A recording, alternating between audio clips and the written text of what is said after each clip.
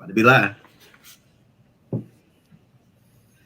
Welcome to the 30-minute hour. It's the personal development podcast for entrepreneurs who are looking to level up and become unstoppable. I'm your host, Eric Twiggs, your procrastination prevention partner. Joining me as always, you know him as the super CEO, the business strategist extraordinaire, and all-around good guy, Ted Fells. Happy Monday. Happy Monday. I hope everyone had a great Thanksgiving. Yes, Thanksgiving was excellent. Probably ate a little too much. Yeah, still got those leftovers, though. You're still trying to squeeze another day, though. The food Yeah, coma. that's one thing. The menu is not a mystery. That's right. There's no need to ask, what's for lunch, what's for dinner. You know it's going to be turkey. Oh, you know it's going to be turkey. You know, Right. and some sides, whatever side remnants you have left. And some ham. Absolutely. And some ham. Absolutely. But I mean, Thanksgiving is one of my favorite holidays because it gives you that moment to step back and reflect on those things you're grateful for, right? We're entrepreneurs, and it's easy to talk about the opportunities and what's missing. But sometimes you have to stop and reflect on all those things that you do have already. And really be grateful. Hopefully everybody had a chance to take that time and do that, and you enjoy the time with your family. And as you can tell, this is not your everyday podcast. No. And Ted, I didn't even get a chance to warn Professor Pete when we were backstage that we do things a little different. But he's about to find out. This is He's gonna learn today. Professor Pete's gonna learn. He's gonna learn today. We do it a little different here. I'm looking forward to it, guys. Right. Absolutely. We do things differently. We're broadcasting live. We're on Facebook. We're on LinkedIn and YouTube right now. This episode is also going to be recorded and downloaded to Apple Podcast and Spotify and any of those other places you like to listen to podcasts. And don't forget to share the show. Share the show. Share the show. That's right. Our goal is to help you to laugh, to learn, and ultimately to level up. If you feel like we've done that for you, make sure you share the show. And even if you don't feel like we did that for you, share it anyway. Share it anyway. Come back and give us another try next week. Maybe you missed it. But whoever you shared it with can benefit. So share it anyway. Sharing is caring. There you go. Sharing is caring. Absolutely. Absolutely. Certainly want to shout out Nancy England Adams, who's watching us live, and she commented, "Good evening to you. Thank you for following us." And those of you, I see others that are on line with us live. Please make sure you're commenting. Bring your questions to the table. We'll definitely make sure we do our best to shout you out and get your questions asked in real time. That's the benefit of being on with us live. You can get we've got the man here that can answer your questions. That's right. Don't hold back. Talk to him live. Don't hold back. I mean, your most difficult questions. Put them in there. I mean, no matter how difficult they are, put them in there. We are here and ready to give them to the professor. Absolutely. Absolutely. And then don't forget about the What Now movement. And I see quite a few people from the movement are watching us live as well. If you haven't joined the What Now movement Facebook group, please make sure you do so. Today is Marketing Monday. So it's an opportunity for you to go on and share the link to your business, your venture, your podcast, your book. And we'll definitely shout you out in there. So Ted. Yes, Eric. I've got something that's on my mind. Please share, Eric. Oh, all right. Cool. Well, since you asked, I guess I'll go ahead and share. So I want to talk real quick about moving from chronic stress to crazy success. We're going to talk about today. Moving from chronic stress to crazy success. I had that back in the day. I had this saying, and it was, "Nobody can do it like Eric." That was my saying. I was a district manager. I had 17 locations. I had 500 employees working for me. And back then, so What's that, Ted? You're a pretty humble guy, it sounds like. That's right, yeah. Can't you tell? Yeah, there you go. But no, so what happened was my picture of a leader was this person who had all the answers, had this authoritarian approach. It was my way or the highway. That was just kind of my picture of what leadership was. This was years ago. It was early in my career.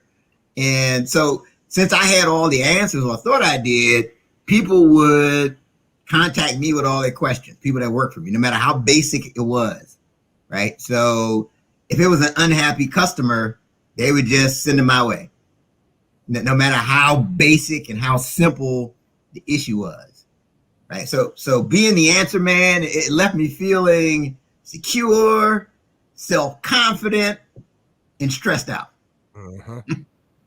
Yeah, I was stressed out. I mean, it was just really, I could feel myself hitting that chronic level.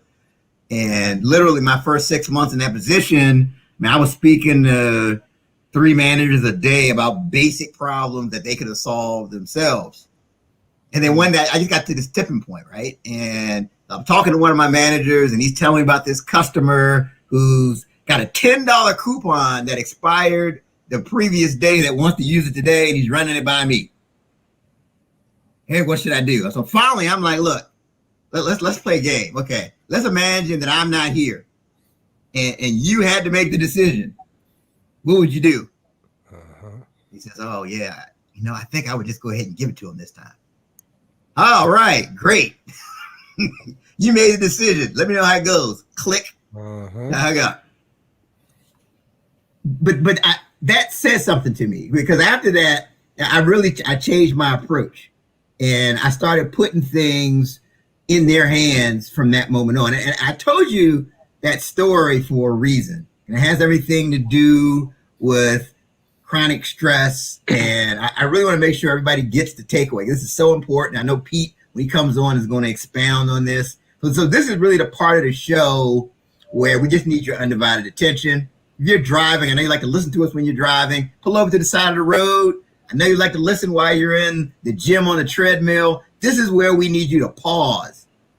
So Ted, is there anything else that we need the people to do? Put the leftovers down.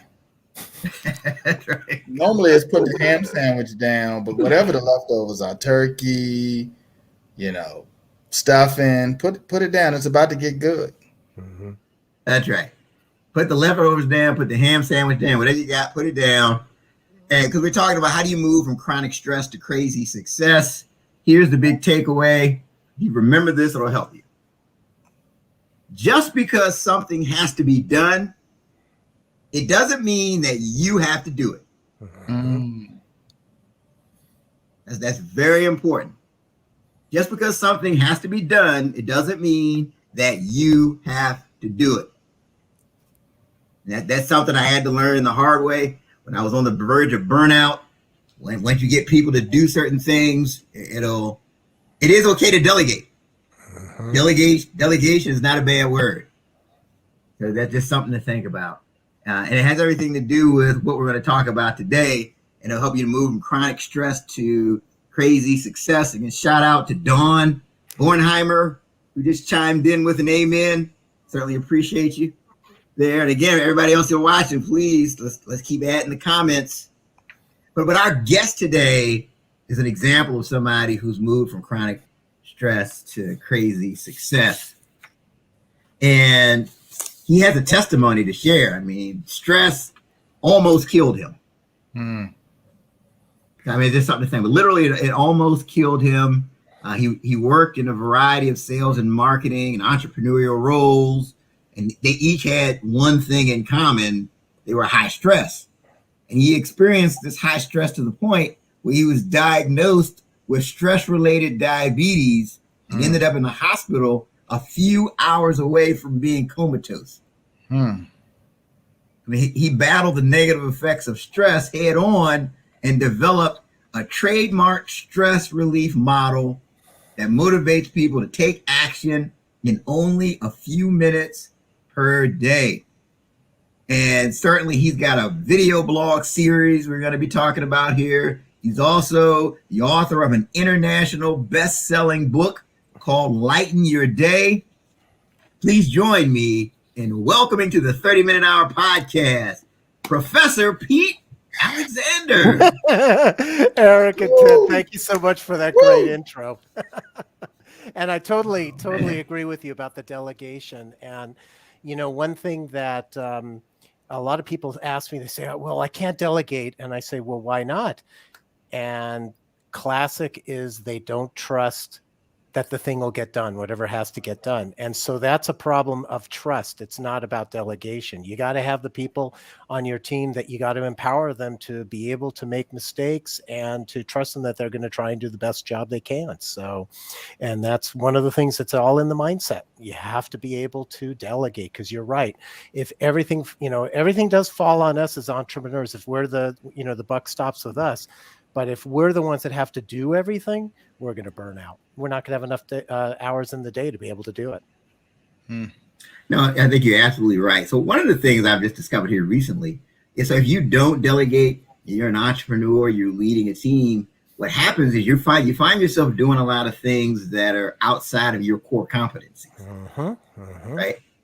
To translate, you find yourself doing things that you may suck at. Right. Or how about the fact that you're spending your time doing menial tasks when you could be doing things that have much more big picture impact on the organization, but you're stuck doing the stuff that could be delegated to an assistant. And so, once again, the time is the critical resource there. And we don't, that's the one thing that we all have the same amount of is the time. How we use it is going to make a big difference. No, very true. Very true.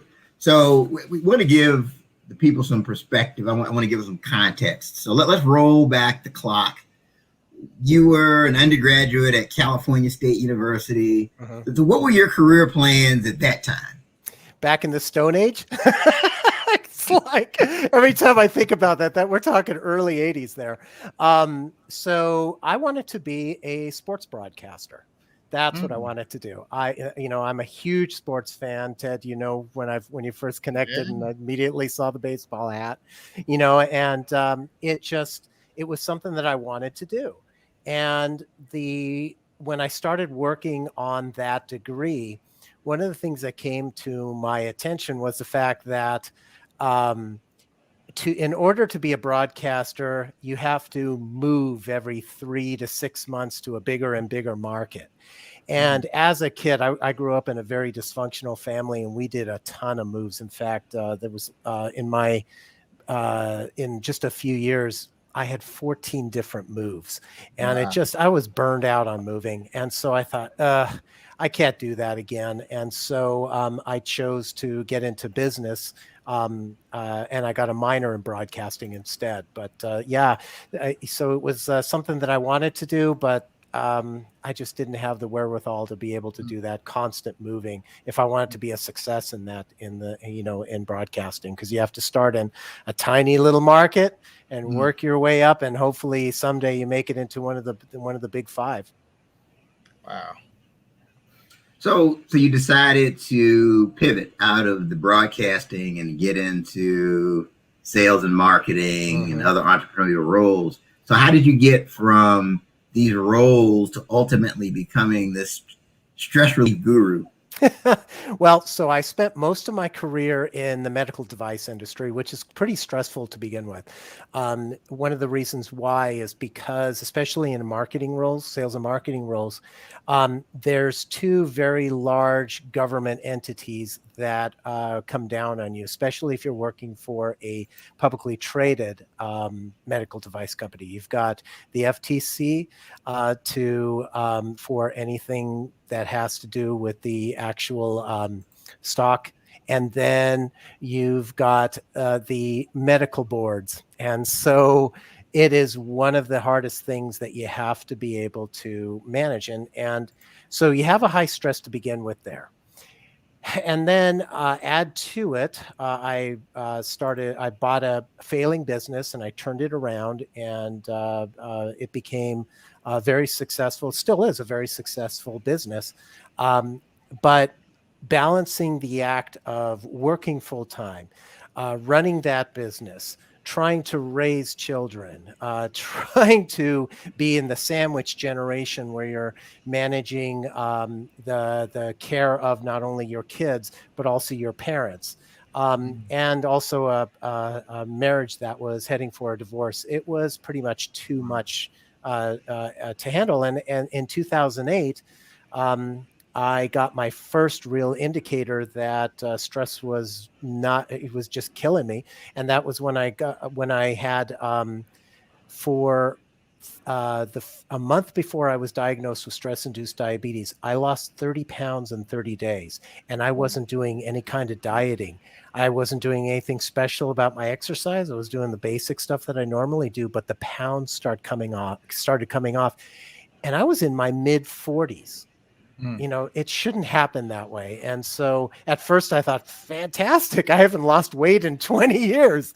And then all of a sudden, after that 30th pound came off, I thought, I better have this checked out. And sure enough, stress-induced diabetes. But what's crazy about that was I didn't listen to my body about what stress was doing to it. Instead, I did what like so many people do, kept burning the candle at both ends for another 10 years until I ended up in the emergency room a couple hours from being comatose with a severe case of diabetic ketoacidosis. And for the listeners who are connected today or listening to the download, that basically meant that my body was eating itself alive because of my stress. And it was crazy. Here is the weird, the thing that was absolutely most crazy. So I was wired to work my tail off. And my boss at the time, again, working in a medical device company, my boss at the time knew that I was in the emergency room and knew that I had been transferred to ICU. And on my second day in ICU, the only time I had ever been there, I get this text at about 6 a.m. and it says, "You have a webinar you need to run at 8 o'clock. What are you going to do about it?" And, what a surprise. I didn't have my work laptop with me in the ICU, and I had my phone. And I started pushing the envelope of that phone to try and get that webinar rescheduled. And the nurse who was taking care of me at that time, pretty much a complete stranger, she comes over to me. She checks my blood. And at the time that I was admitted in the hospital, my blood sugar, my glucose numbers were so high, they were 8 to 10 times higher than what was normal. They had to estimate that because it was way higher than the medical grade glucometers could read. My blood sugars had come back down into more reasonable numbers. They were still high, but more reasonable. And all of a sudden, here I am sitting there trying to reschedule that webinar. She checks my blood, and like a 90-degree angle, I started skyrocketing back up. And she says to me, as a matter of fact, she says, "You realize that's what put you in this hospital bed in the first place." And, a loved one could have told me this. A friend of mine could have told me this, and I wouldn't have listened. But a complete stranger tells me this, and all of a sudden it hits home. And it was like this epiphany moment. And I realized, what am I doing to myself? I'm actually trading my health for my career, and that's a really bad trade. So that was something that I really thought about that whole day and the next day. And then the day after that, I got out of the hospital, and that afternoon I called up my boss and I resigned. I didn't figure, financially, whatever, it didn't matter, because if I'm dead, it doesn't matter. So I started focusing on my health. I did every single stress relief idea that I could find. And what I found was that most of them helped. Some of them didn't, but most of them helped. And some really interesting things happened. Not only did my stress go down, my glucose numbers as a diabetic went down, my weight went down, and my energy level went way, way up. It was as if I discovered the fountain of youth. And here's the crazy thing, guys. If you saw a picture of me in 2008, when I first was diagnosed with stress-induced diabetes, and you see a picture of me now, 13 years later, with the exception of some additional gray hair, I look younger today than I did 13 years ago. Wow. And that is a perfect example of what stress can do to just, speed up our aging process. It really is terrible. Wow, that's powerful. And like before you and I started talking, I wasn't aware of stress-induced diabetes. Mm-hmm, mm-hmm. Yeah. So go ahead. So if you were to ask a doctor would say technically that is not the case. So there is an intermediary step. So whether it's diabetes or heart disease, whatever the chronic disease is, what happens is negative stress, continuous negative stress. What it does is it creates cellular inflammation in our bodies. And that cellular inflammation in our bodies is what creates the chronic disease of diabetes, heart disease, cancer, what have you. So, but I could say that, oh, well, I got cellular inflammation. And it's like, okay, what does that mean? And stuff. So what I'm doing is I'm just cutting out that intermediary step. But technically, yes, it is stress-induced diabetes, stress-induced cancer, stress-induced heart disease. It happens because we are dumping cortisol, adrenaline over and over and over again into our bodies. And our bodies are the same bodies that were designed back in the Stone Age, and back then our stress was, that fight, flight, or freeze scenario. Like, let's say if we have a saber-toothed tiger or a T-Rex, we take care of it at that moment and then everything else goes away. But nowadays, what do? We worry about everything, and it's constant stress in our bodies. And it's basically the weakest link in your body is what's going to break. And in my case, even though there was absolutely no diabetes in my family, it was my pancreas that shut down. Wow. So I know there's a thing called healthy. There's like a healthy level of stress, yes, right? And then there's also the chronic stress. So talk to people like what's the difference, and like how can the entrepreneurs that are watching us now know when they're starting to cross that line? It's a great question. Yeah, we were talking earlier. We're not trying to cut out all stress in our lives, because there's good stress and there's bad stress. So good stress is the term is eustress. It's EUSTRESS, and eustress is the kind of stress that we all need to get things done. It's when we're working on a particular project or whatever it is with our work, where we're happy, we're passionate, we're excited about it, but we need something to make sure we get it done on time. That is eustress, and we can have tons of that, and it will not have a negative effect on our bodies. What we want to avoid is the negative stress. It's been called distress as well. It's a great term to use, but there's basically two flavors of distress or negative stress. The first one is called rumination, and we've all done this, where we are guilty about something in the past, let's say. So either something we did or didn't do, and we continue to beat ourselves up about it. So we're constantly thinking, oh, if only I did this, or if only this didn't happen, or whatever it is. We've all had those. The problem is we can't change the past. We can learn from it, but we can't change it. So to continue to let it fester inside of us, all it does is it creates negative churning in our bodies, and it's not any good. So, what I always recommend for people is think about what it is in the past that's bothering you, and then do something about it so that you can let it go. Learn from it and let it go, and not keep festering.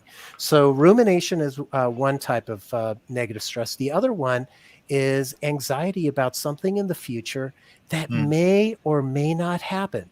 Think about it. We've all done this as well. Oh, something's coming up that we're worried about in the future, and we start thinking, oh my gosh, what if it goes bad? Well, when we continue to think about it going bad, what usually happens? It goes bad. Why? Because we manifest that, right? Our energy is all negative about it. What we should do is, a great way to get over the anxiety of something in the future is to think about it, imagining that event 15 minutes after the event, and imagine a successful outcome. If you do that, then all of a sudden, all that anxiety about what's going on goes away. And we get rid of that negative stress that could fester inside of us as well. Wow. Jackie Deschamps says, such valuable information. The timing is great. The holiday season is a prime time stressing. Absolutely, Jackie. Yeah, we do it. I mean, there's so many dynamics happening with it, whether it's, having to deal with difficult family members, the financial burden of thinking about getting gifts for people, or maybe you're the one hosting, the meals and want to make everything right. There's so many ways that could churn. But whatever it is, just imagine that positive outcome 15 minutes after that dinner, and everybody's saying that is the best meal. This is the best family dinner we've had, or Christmas dinner, or whatever it happens to be. And it really can help alleviate that stress. I got a solution right now. I'm just going to go over Eric's house. I'm not going to bring nothing. I'm just going to come over and hang out. Thank you for that, Professor Pete. I feel relieved. You're just going to come empty-handed, huh? Empty-handed. I'll be there. I got to bring at least a pie. Come on. Right. Yeah, I can pick up a pie. I can pick up a pie on it. Yeah, it's interesting. The holiday meals was always a big stressful one. And, the fact of the matter is, it's not about the meal. It's about spending time with your friends and family. And so what I started a tradition many years ago where, for Christmas dinner, or Christmas, I should say, brunch or something like that, we go to either Denny's or Black Bear Diner or something like that.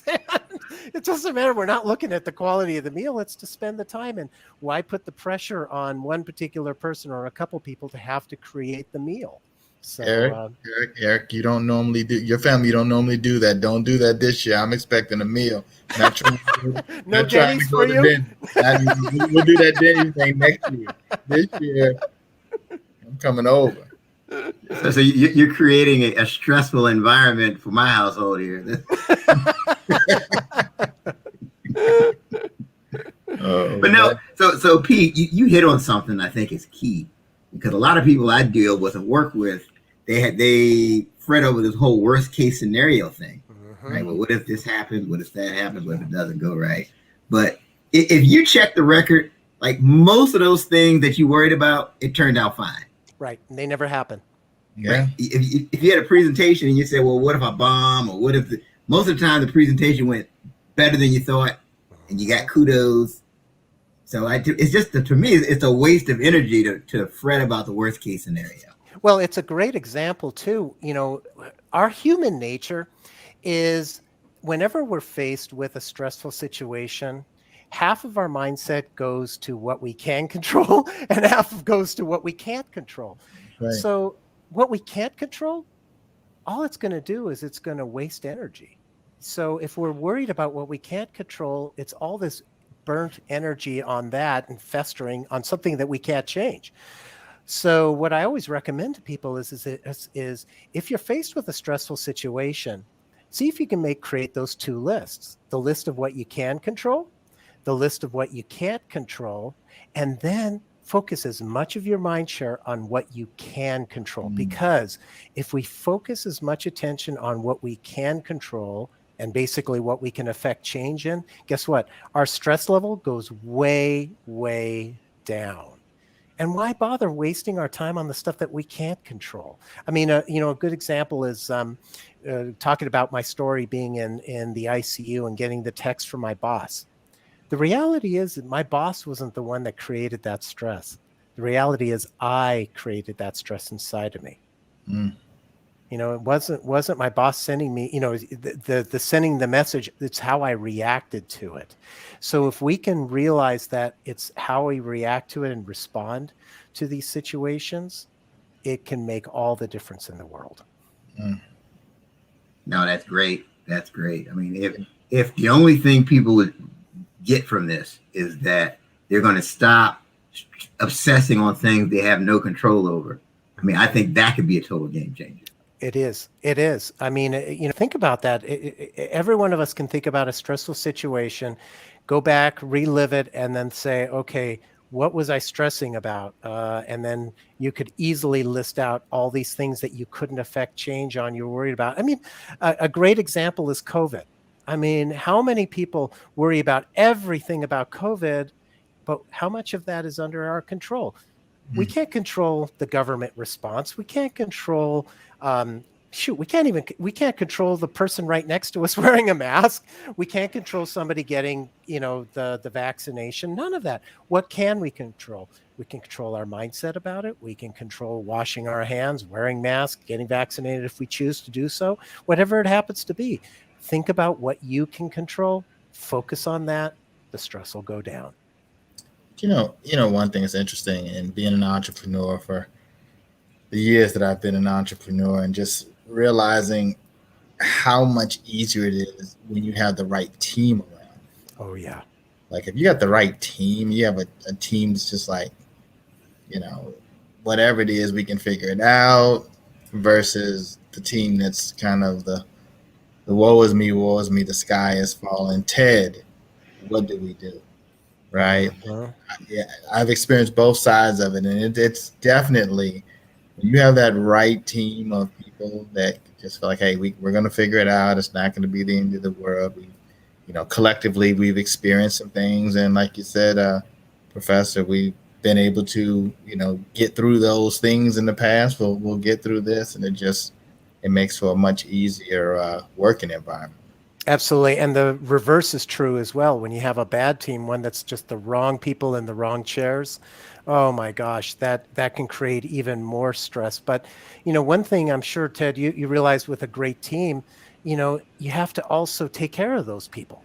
Yeah. If you've got the right team, that is, whenever you have to replace somebody who's been a great team member, that takes a lot of energy. And it's, there's all these different implications for the business. And it's, to me, it's always better to try and make sure that those people are happy and aren't even going to consider leaving unless, it's just for whatever reason we can't, as an organization, meet the needs of that person anymore. But that I can understand. But if when somebody says that they're leaving because, I'm going to make more money somewhere else, chances are it's not necessarily the money. That might be one thing, but 9 times out of 10, there is something else, either the relationship that they have with you as their manager, or relationship they have with some of the other people working in the organization. You got, those are the kind of things that as the leader, you have to figure out what it is to make sure you don't lose those key people. That's a great point. Absolutely.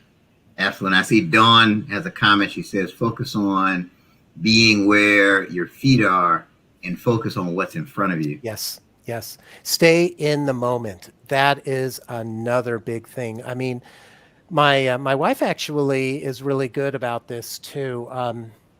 She'll talk to me, and if I'm answering an email on my phone or something like that, she'll stop mid-sentence and she'll just stay quiet. And she'll just say, I'll wait until you're done because I want your full attention. And that's the key thing. We have to be present. If we are having a conversation, let's say with a key team member, and our phone is more important than the conversation in front of us, what is that message that you're sending to the person who's reporting to you?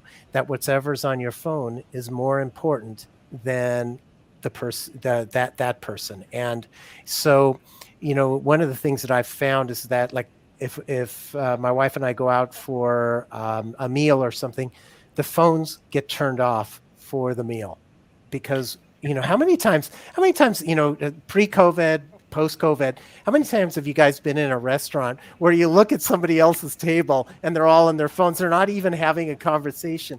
And I think to myself, why bother going out to dinner just to get takeout, right? I mean, that phone thing is something that I was out with a friend, colleague one time for lunch, and her the battery in her phone died. Oh. So she was like, oh, it's phone, it's battery station. So she put it in her purse.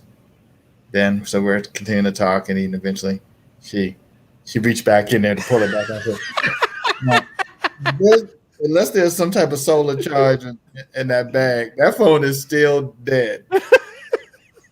And yeah, I mean it's a habit. I mean, we just feel like there's, and as we talk about, kind of years ago, like we didn't have it. Like we were, we sat down, we ate, we talked, and that was it. And it's like out of nowhere, these phones came out, and like, yep, that's it.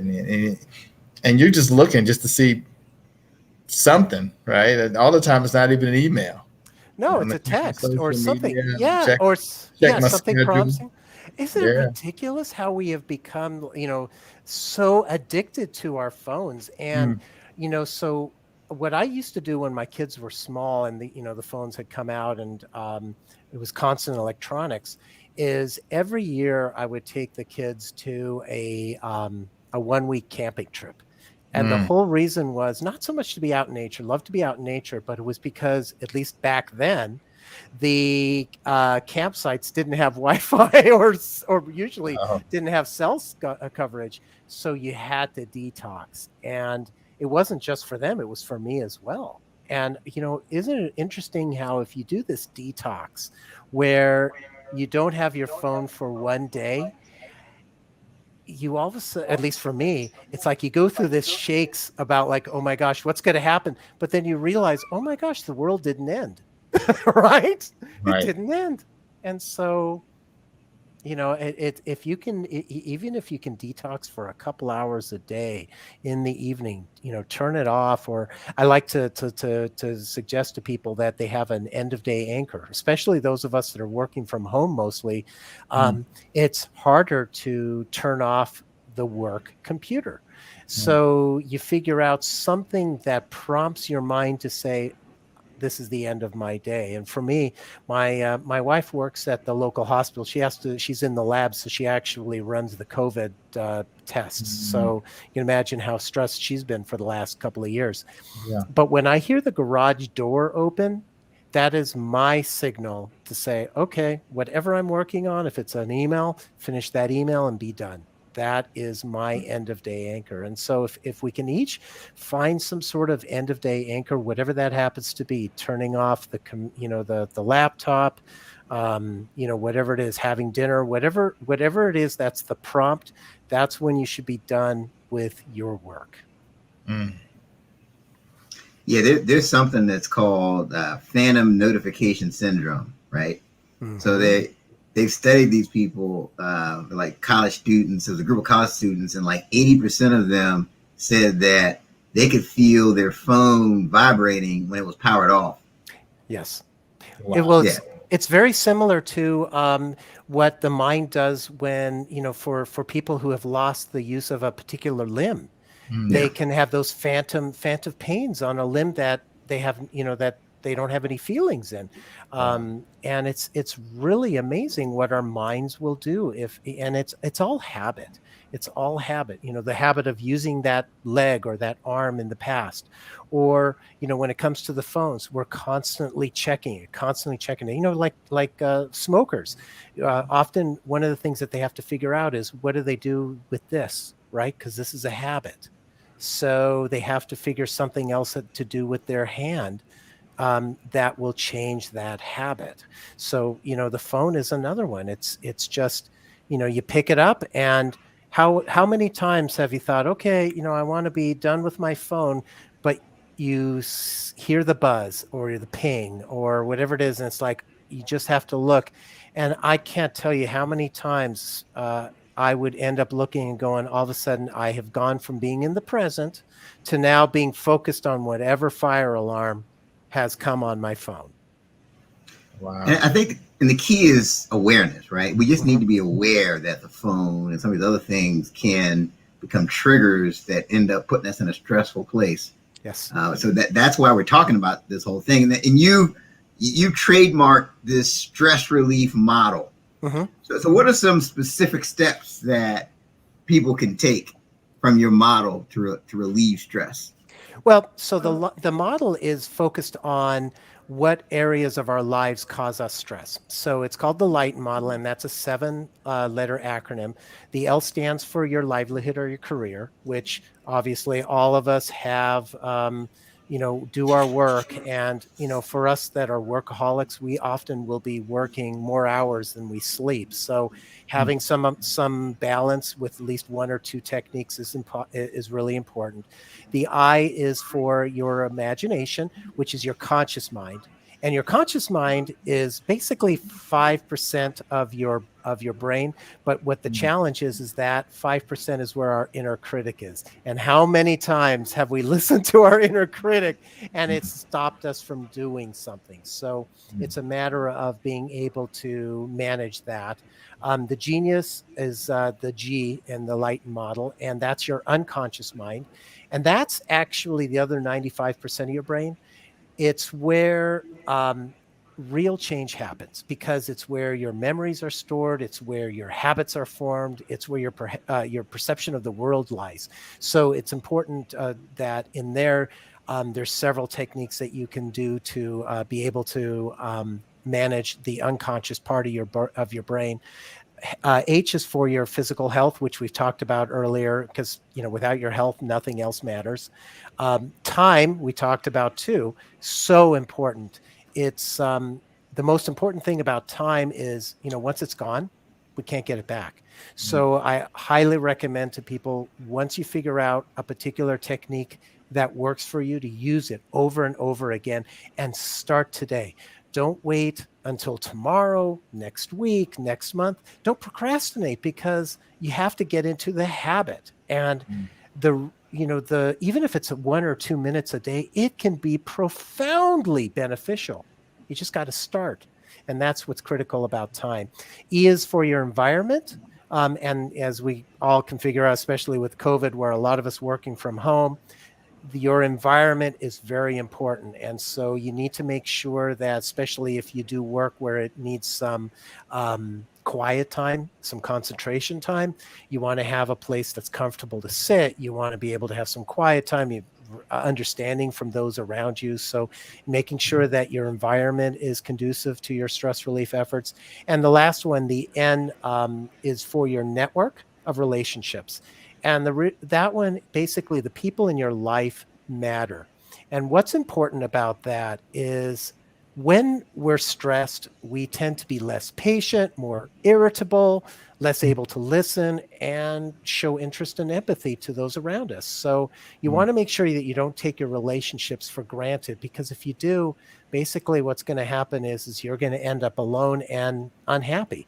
So each of those areas have different techniques that can be used. There's, in the book, there's over 100 of them broken out into each of those categories. But one of the ones that I find that works really well for everybody is, when you alluded to it, Eric, at the beginning of this broadcast about Thanksgiving and having gratitude. The thing is, if we have gratitude for what we have, and I'm not talking about the big things like the fancy car or big house or whatever it is. It's about the things that are small, but really equally important. If we have gratitude for what we have and not fester on things that we don't have, because we're in this scarcity mentality instead of the abundance mentality, what happens is that we not only send out positive energy out to the universe, we attract back that positive energy. And my wife and I actually have a gratitude exercise that we do every night. And basically, either she asks me or I ask her, what are you grateful for? And it's a recap that each of us does for our day. And we recount back about what it is that we're grateful for. And most of the time it's for very small things. But what happens is it once again aligns us with ourselves. And what it does is it is a perfect recap to end the day on a very positive manner, and allows us to get to sleep in a positive state. So that's one, having gratitude, whether it's for your business, whether it's for your family, your friends, your health, which is always number one on my case, obviously, because of what happened to me. Those things really are important to take notice of. And as you get into the habit of having gratitude, it becomes second nature, and you tend to have a more positive outlook on other things that then will attract more positivity towards you.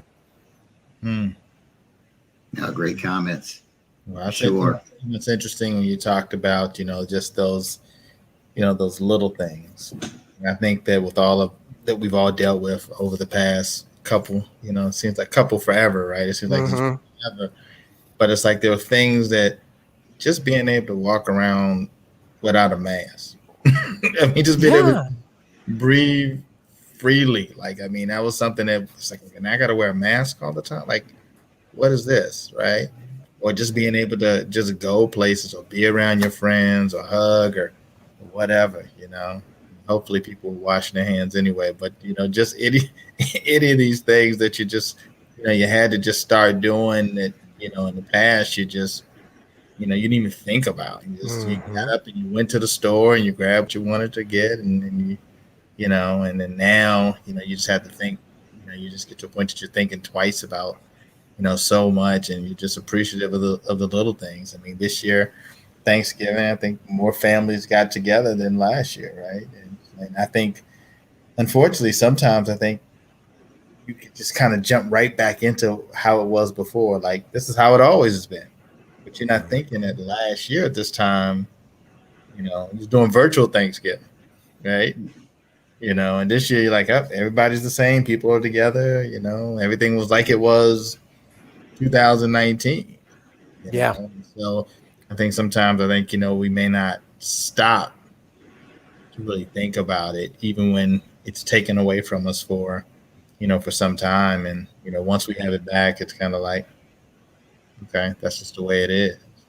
Yeah, it's such a good point that you make, Ted. I mean, we shouldn't take it for granted. I look back at Christmas last year, and it was the first time I had to do a virtual Christmas.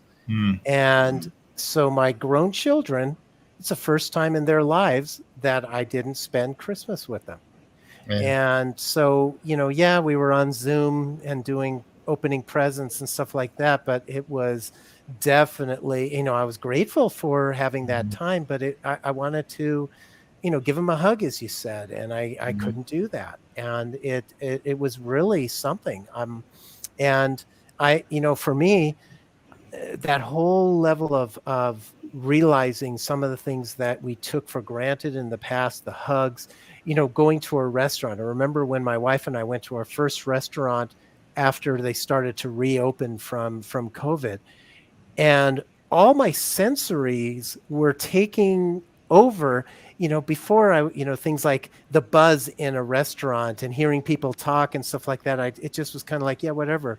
But being in a restaurant for the first time after whatever it was, 3 months or so, it was like I was soaking it all in because that's what I wanted. I wanted that buzz that, that doesn't come from getting takeout and bringing it back home. Right. I mean, it's just, it really is. And I hope that, the most of the people will take that advice and realize that, hey, this was a reminder. These last couple of years were a reminder not to take things so for granted.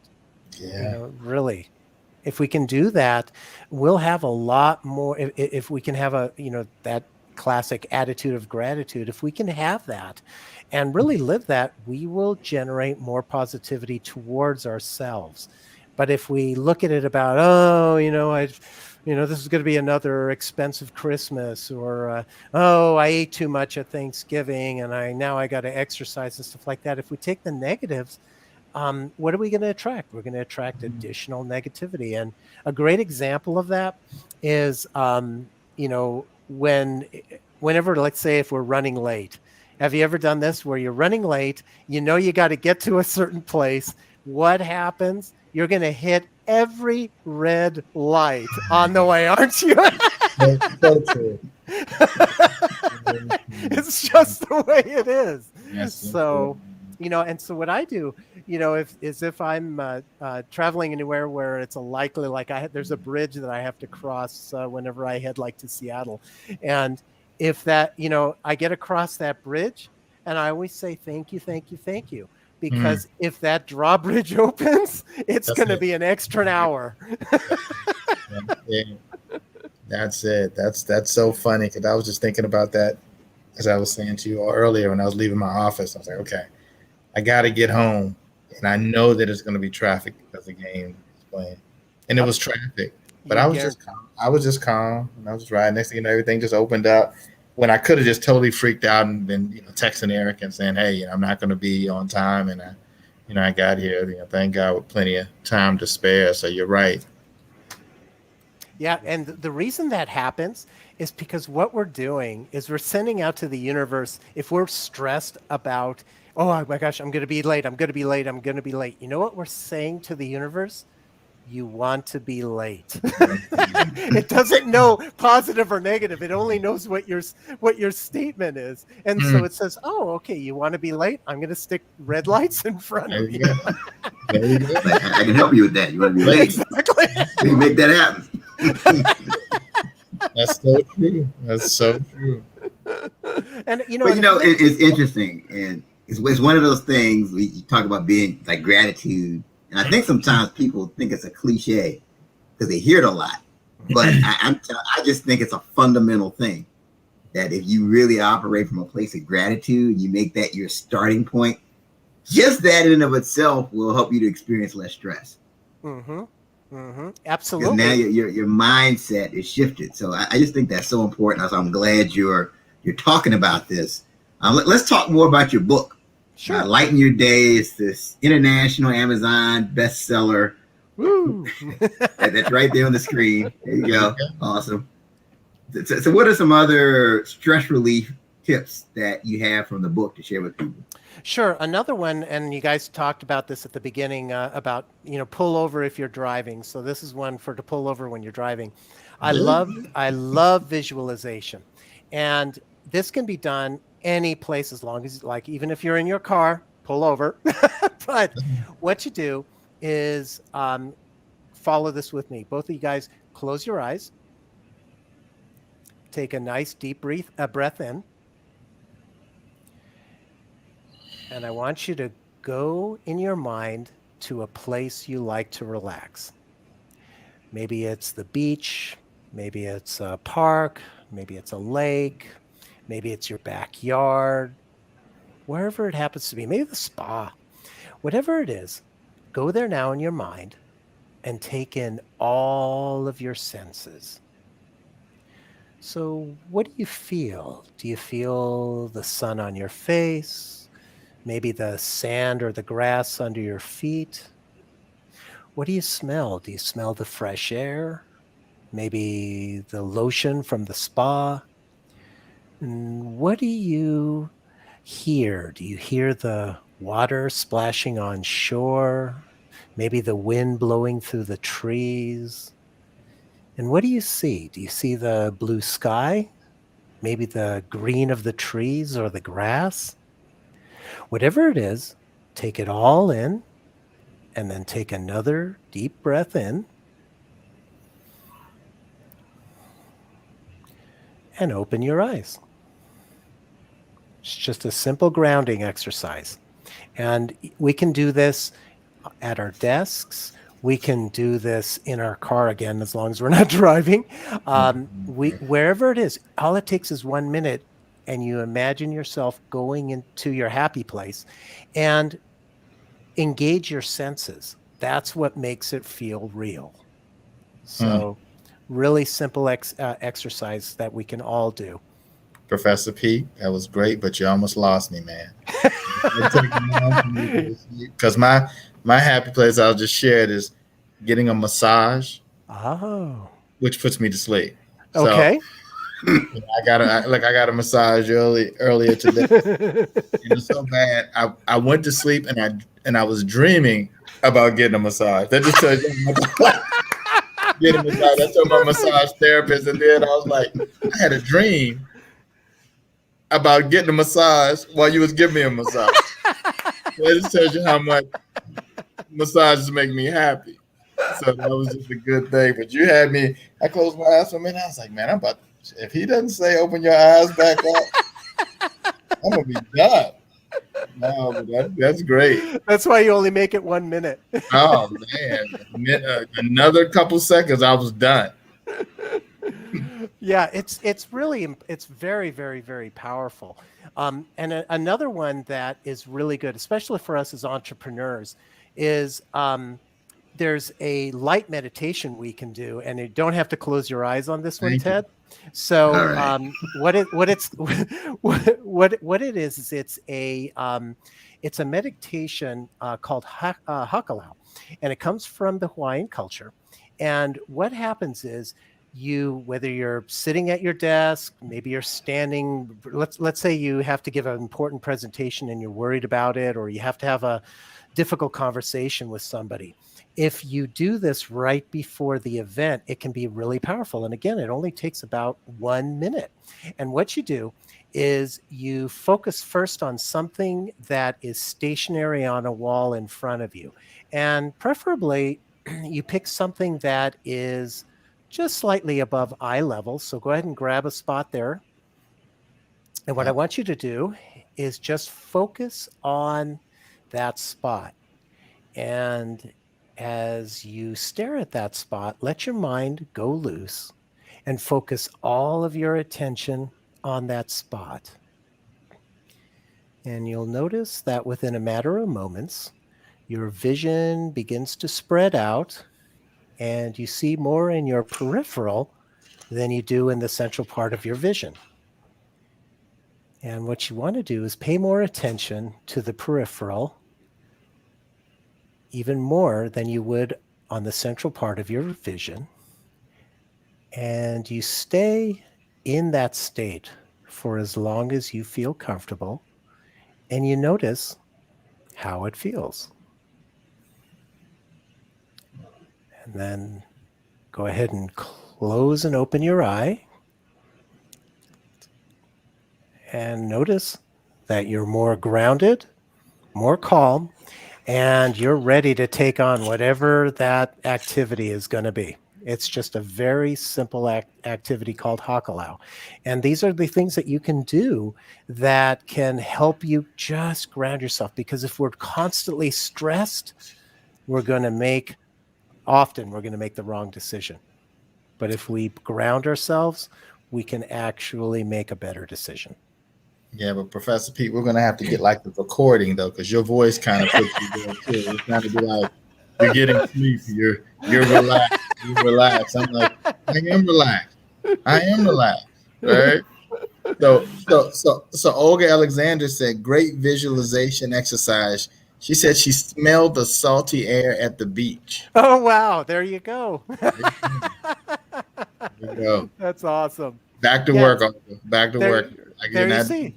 you bring those senses in, Ted. You said about the massage and stuff. Works. It really works. Because if you just listen without imagining your senses, engaging them, it doesn't work as well. Yeah, this is excellent. I mean, it's good that you're giving people specific tools and specific strategies to help them to relieve stress. And this is one I would just encourage everybody to go back and listen to. Make sure you got the gist of these visualization exercises, because it can truly be life-changing. So we're coming down to our final segment. It's a new segment. It was really a renamed segment. We've done it before, but it's a renamed segment. We call it Write This Down. Mm-hmm. That's right.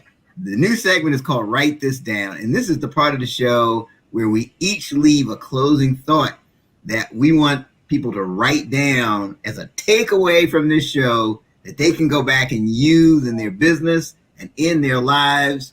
So we'll start with you, Professor Pete. Wait. Hold on a second. So this right here, Professor Pete, it's one of those moments that you do get a little stressed out when your partner comes up with a new segment. A new segment that you didn't know was going to be a new segment. So Okay, now I Ted. gotta get myself into I was like, what is he about to say? What's this? Ted, go to Happy Place or go Right, to this do right. Hakalao. I'm about to close my Ted, eyes and hey, go back Ted, to the you're getting a song. massage. Right. Write this down. The new segment. Write this down. I like that. So you want me to go first? Yes. Absolutely. Yeah. So for me, what I would say is don't trade your health for your career because that's a very bad trade. Write that down. Mm. Don't trade your health for your career. It's a Wow. very bad trade. No, that's great advice. So mine on this for you to write down is always look at the glass as half full versus half empty. Mm-hmm. All right. There's no matter how bad your situation is, there's someone that would gladly trade places with you in most cases. And so if you go into it, it's as Professor Pete said, with that mindset of gratitude in that situation, more times than not, you're going to be okay, and you'll just be in the right mindset, and not just for yourself, but for others that you're around. Mm-hmm. People want to be around you if you're that one all the time that can find, a positive way to deal with the situation. So again, always look at it as the glass is half full. Mm-hmm. Great advice. Now, I mean, that you definitely got to write that down. Write what Professor Pete said. Write what Ted said. You really think about it, right? Most of the time, you get what you expect. Mm-hmm. So if you expect something bad to happen, you're going to get the bad outcome. And that kind of ties in with my write this down. And I don't know where I heard this, but I think it makes total sense. Worrying is like praying for what you don't want. Mm. Mm-hmm. Mm-hmm. Right. Mm. Because whatever you're worried about is more likely to show up in your life and on your doorstep because you're focused on it. Yep. So write that down. Write that down. Write that down. That wasn't too bad, Eric. I was a little nervous, but one day I'm going to just make up a little segment. I'm going to pop up and be like, sing your favorite song. Okay, Eric, you're going to go. Eric, you're going to go first. You're going to go first. Well, I'm glad that there's not a singing one on today's show. I sing your favorite rock song. Eric, right. You can go first.